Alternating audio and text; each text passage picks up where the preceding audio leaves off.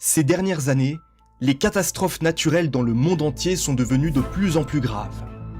Une pandémie a causé des dizaines de millions de morts, et les séismes, les incendies de forêt, les tornades et les phénomènes météorologiques extrêmes comme les fortes pluies, les tempêtes de neige, les inondations, les chaleurs extrêmes et les froids extrêmes se multiplient. Alors que beaucoup de gens attendent encore avec anxiété le retour du Seigneur Jésus, en réalité, nombreux sont ceux qui ont déjà accueilli le Seigneur avant les catastrophes.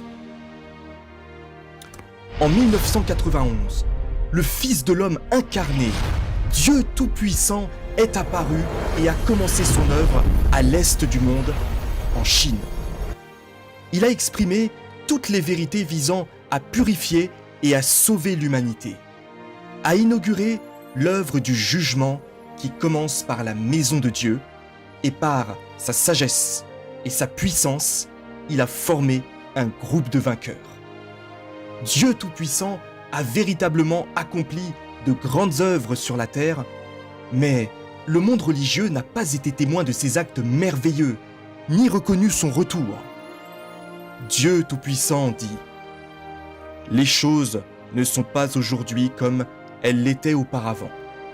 Je vais faire des choses que le monde n'a jamais vues depuis le début de la création. Je vais prononcer des paroles que les hommes n'ont jamais entendues à travers les âges, car je veux que toute l'humanité me connaisse dans la chair. » Alors, quelles grandes œuvres Dieu a-t-il déjà accomplies sur la terre ? 1. Dieu a exprimé des vérités qui n'avaient jamais été révélées depuis la création du monde. Depuis 1991, Dieu Tout-Puissant est apparu pour œuvrer et s'exprimer. Et cela fait maintenant plus de 30 ans. Il a prononcé plus de 10 millions de mots, dont la majorité a été compilée dans les 7 volumes de la parole apparaît dans la chair. Ces 7 volumes sont les suivants. La parole apparaît dans la chair, volume 1, l'apparition et l'œuvre de Dieu. Volume 2, sur la connaissance de Dieu. Volume 3, discours de Christ des derniers jours. Volume 4, exposer les antéchrists. Volume 5, les responsabilités des dirigeants et des ouvriers. Volume 6, sur la poursuite de la vérité. Volume 7, sur la poursuite de la vérité. Ces paroles sont des vérités que Dieu n'a jamais exprimées depuis la création du monde. Elles sont le petit livre scellé prophétisé dans le livre de l'Apocalypse. Lorsque tu ouvres ce livre, tu découvres l'abondance des vérités exprimées par Dieu Tout-Puissant. En lisant ces paroles, les élus de Dieu voient que Dieu Tout-Puissant a révélé toutes les vérités nécessaires à l'humanité corrompue pour obtenir le salut et être rendue parfaite. Dieu Tout-Puissant a dévoilé tous les mystères de son plan de gestion, y compris la vérité profonde des 3 étapes de son œuvre de salut de l'humanité, le but de son plan de gestion, le mystère de l'incarnation, comment Satan corrompt l'humanité, la véritable essence de la corruption de l'homme par Satan, comment Dieu purifie, sauve et perfectionne l'homme, ainsi que le but et la signification de son œuvre de jugement. Il a aussi révélé comment craindre Dieu et s'éloigner du mal, comment lui obéir, l'aimer véritablement, le connaître, croire en lui pour être délivré du domaine de Satan et être sauvé, comment entrer dans une prière authentique, comment manger, boire et méditer les paroles de Dieu, comment établir une relation normale avec Dieu, comment recevoir l'œuvre du Saint-Esprit, qui Dieu aime et qui il maudit, qui sera sauvé et qui sera détruit, le sort final de l'humanité, les fins réservées à chaque type de personne, comment le royaume de Dieu sera réalisé sur la terre et bien plus encore. En exprimant ces vérités, Dieu Tout-Puissant juge aussi et dévoile la nature satanique de l'humanité et notre résistance innée envers Dieu. Par l'expression de ces vérités, Dieu Tout-Puissant juge et révèle aussi la nature satanique de l'humanité et notre résistance innée envers Dieu. Ce qui nous aide à reconnaître la profondeur de notre corruption par Satan. Nous voyons clairement notre arrogance, notre hypocrisie, notre égoïsme et notre méchanceté, sans la moindre humanité, indignes de nous tenir devant Dieu.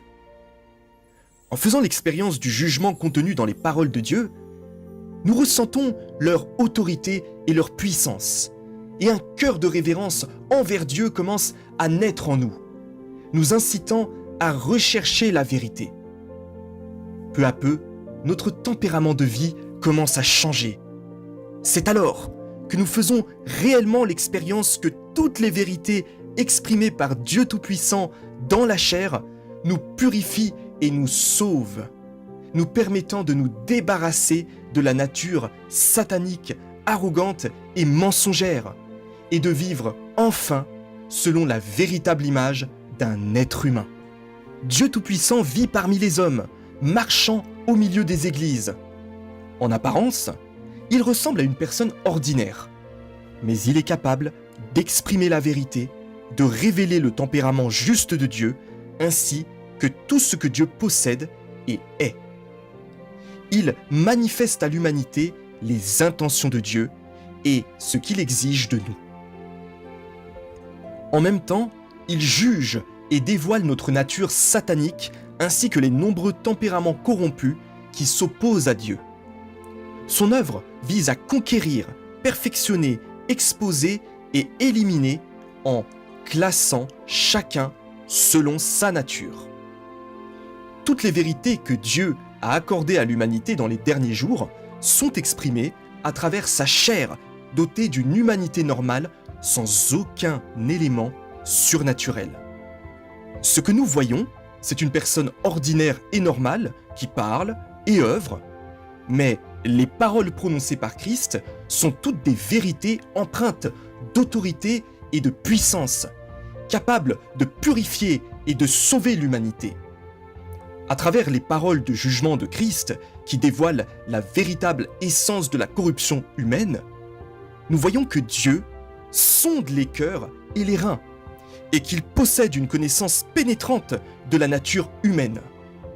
Nous en venons également à connaître le tempérament juste et saint de Dieu, qui ne tolère aucune offense.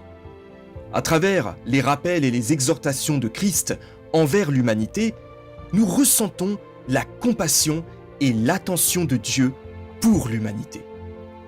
Par les multiples façons dont Christ s'exprime et œuvre, nous saisissons la sagesse infinie de Dieu et faisons l'expérience concrète de ses efforts patients et minutieux pour sauver l'humanité, de son amour véritable et de son salut.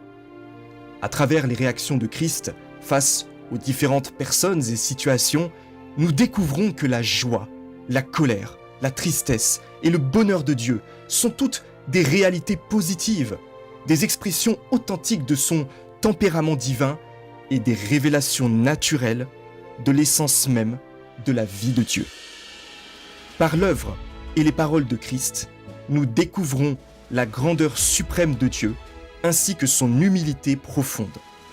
Nous acquérons également une compréhension véritable du tempérament originel de Dieu et de son visage authentique.